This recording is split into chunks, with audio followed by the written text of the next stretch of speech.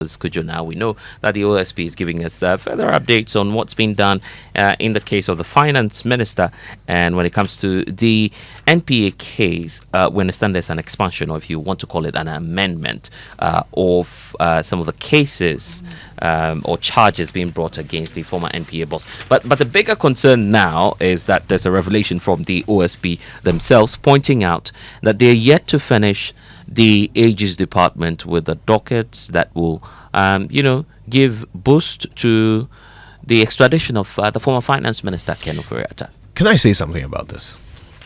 Look, every time we start to cheer on the OSP, he then comes out with something like this to make us question our unflinching support of the guy's office. Because really. Yeah, really. All this time, do you know when the date lapsed? The time that they gave him. Yeah. Do you know when it lapsed? Weeks ago. Mm-hmm. And they haven't done the admin work. Yeah. The simple paperwork. Mm-hmm. That office building that they've put up for the Special Prosecutor's office is too big for this level of administrative mediocrity. Really? That building is far too big. Mm-hmm. It employs far too many people for them to be this lax in doing their job. This is admin. This is paperwork. What's the problem? What's the problem? Yeah, and all the drama around it. Because if you recall, all of that, of the press conferences, the Nikasa and all of this, and here we are, like common paperwork. No, you're calling it common, but it's not common to those who are fighting corruption. They say that you require some processes, some bureaucracy issues. Yes. You have to check that one first. Then you can push the letter to the AG. But beyond that letter, what you're saying does raise questions. Letter. What you're saying does raise questions. If you look at the last allocation to the office of the Special Prosecutor, we're talking of no less than 146 million Ghana cedis in terms of budgetary allocation. So if it were to be clearly about funds, not enough to fund a letter. So if it were to be about funds, Kojo, obviously the OSP and their guys there would not have an excuse.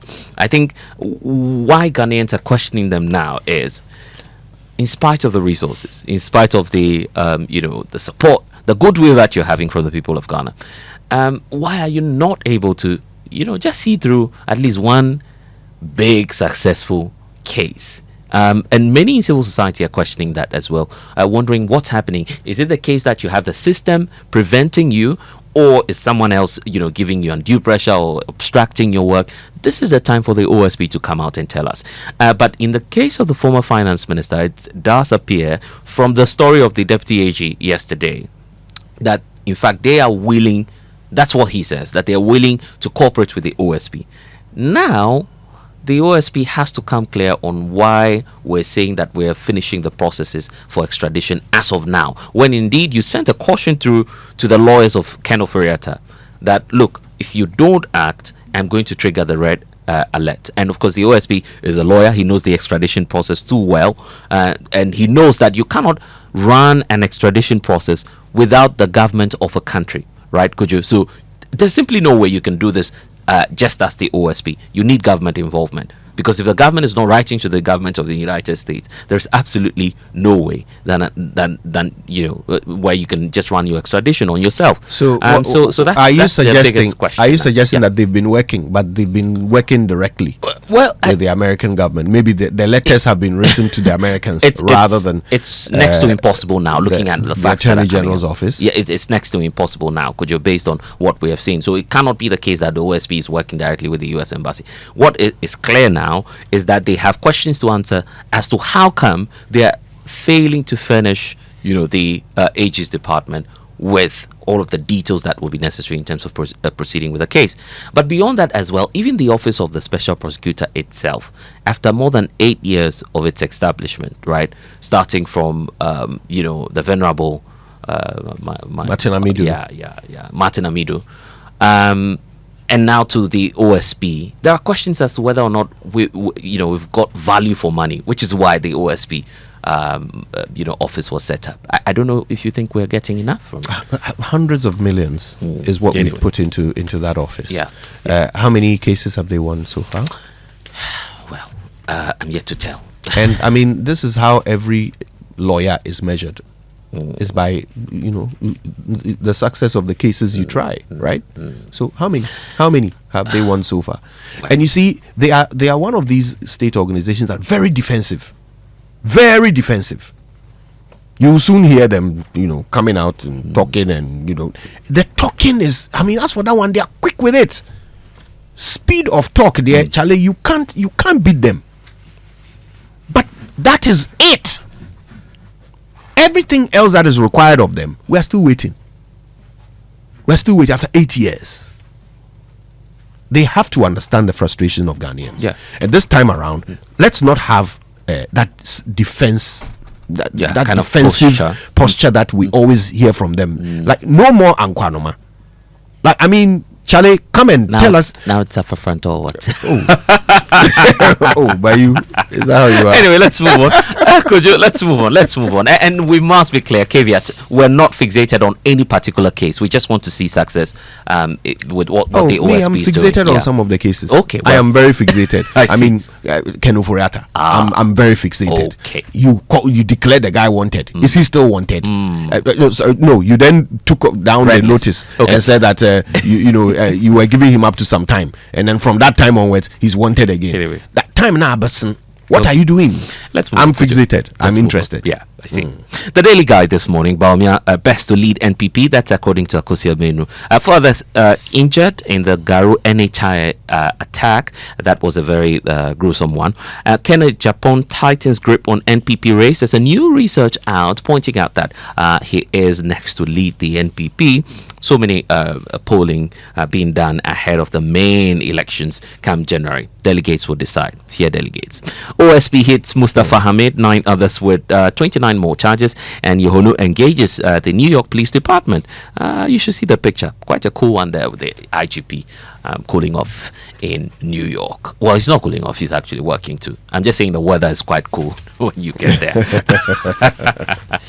All right, I have the finder, forgive me, and the finder has as its banner headline, fuel prices drop as CD strengthens and oil prices fall. So some favorable global indicators, but let's see how sustainable it is for the rise of the CD. Right, we want it to be stable. Yeah, that's we want true. it to be stable. I think Star Oil is doing the lowest now, isn't it?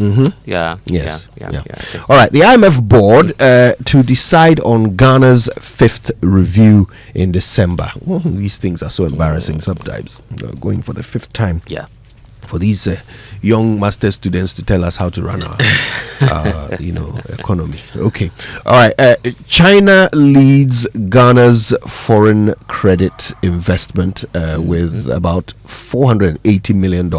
It doesn't seem much, does it? From China. Foreign direct investment, all of it, $480 million. Yeah, well, but you also want to take a look at the volume of trade happening between us. That's also another significant. Okay, but this is foreign direct investment. Yes, in terms of what they're directly investing into our economy. All right. Okay, Treasury bills auction misses target by 55%.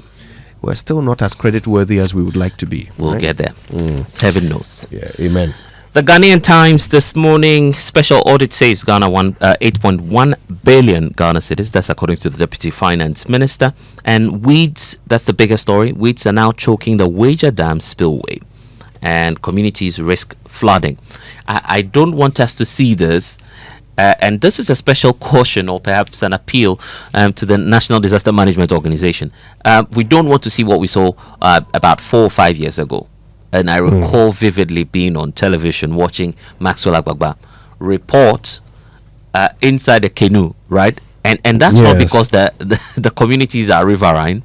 It's simply because that the areas were flooded so much so that we had to deploy the military to go into people's homes in canoes and rescuing people. We don't want to see that again. So if weeds are choking the Weija Dam, by now someone is listening and moving in fast, because you should see the picture on the front page of the Ghanaian Times, Kojo. It's not something really good or something to write home about. So we need some urgent action.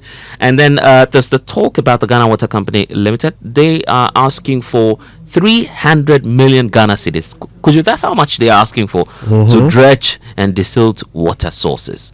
So if we're going to carry out that exercise, it involves a lot of cash, and they all need our support. Then we'll support VRA to ensure energy security. That's according to the sector minister. So these are some of the stories you'd find on the front page of the Ghanaian Times. Did I hear the Ghana Water Company Limited CEO say yesterday that the river bodies are, the turbidity levels are improving? I think I had something. We've been hearing that since Sami Jimfi joined us a few weeks ago. Oh, okay. Right? That turbidity levels are improving in some places. But when it's from the water company boss, you want to believe that. Well, so where's the water? Okay. Let's go online now, Kojo. Oh, I see. They're 20. Don't forget about that. And they're saying thank you to you for being a loyal customer. But let's head online. My Joy online this morning is talking about quite some interesting stories. There was that story yesterday, right? Yeah. About the president finally seeking to establish courts to deal with matters arising from the Auditor General's reports. No, right? That's true. And in fact, there was a statement that was issued after that meeting with presidential correspondent Maxwell Akuba giving us details of what it is that was discussed. And it does appear that meeting indeed happened between the president, the acting chief justice, and of course the Auditor General. There's a statement signed by Felix Ofosu-Kwakye, who's the government spokesperson. Yes. He says that the president met with the chief justice, the attorney general, I'm just reading from the statement, and the Auditor General to discuss measures for strengthening the enforcement of the findings. Now, at the meeting, it was quote agreed that, and could you, I hope you're listening, it was agreed, according to the statement, that special courts will be designated to handle cases arising from audit infractions contained in the Auditor General's report. I like it when politicians fulfill their promises. This is a promise the president made not so long ago in who. Let's listen to him. When you leave office, you must be able to hold your head high. Wake up in the morning and not fear that anybody will call you to come and account for anything, because you did things the way you should have done them. Recently, I've been watching the Public Accounts Committee, and it's so pathetic. Why must we every year congregate at the Public Accounts Committee, and then you hear all kinds of atrocious, things. I mean, recklessness with public funds and resources. And so I have a meeting on Thursday with the Chief Justice, the Attorney General, and others to find a final solution to this Auditor General's report, that persons who are found guilty of infractions or do not follow due procedure or lead to loss of public resources, we must have a fast-track process to Nsawam,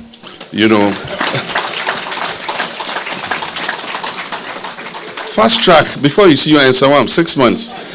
Until we do that, until there's a deterrent, we're going to come every year and they say total misappropriation and infractions of found out by the Auditor General is about 15 billion cedis. I mean, if we save 15 billion cedis, can you imagine what it could do? And so we're going to have a meeting, we're going to bring some. We've not fully implemented the constitutional provision. There's a part of the provision that says after the Public Accounts Committee has sat on the Auditor General's report, Parliament must set up a committee. What we don't know is whether it should be a parliamentary committee or it's a committee not necessarily made of parliamentarians to implement the findings of the Auditor General. President Mahama there.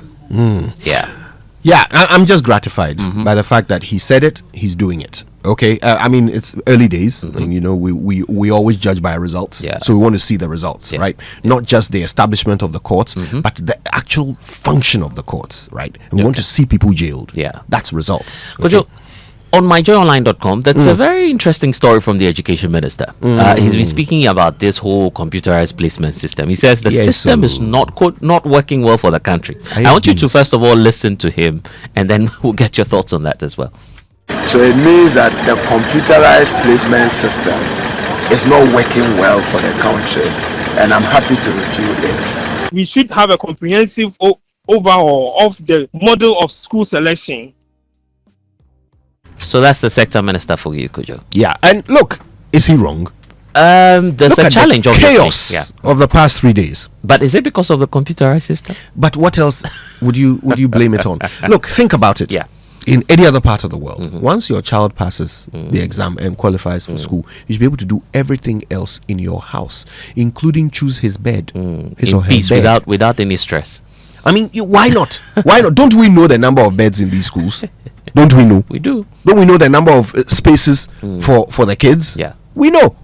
But it's all this protocol. So you set up a system, and then you let the human interference just destroy the value of the system. Why must there be queues into schools? At 6 p.m. Yeah. Fred Smith still hadn't found a bed for his child at Presec. What is that? What is that? So no, let's be real here. Yeah. The system does not work, and that is because we don't want it to work. Anywhere else, you should be able to place your child from your sofa in your house. Yeah. It should never be an issue. It should never be. And we'll be back to give you more, I guess, on City Newsroom. Finally, there's the increase in buffer stock funding to prevent rice glut losses. So get all of these stories and more at myjoyonline.com as well.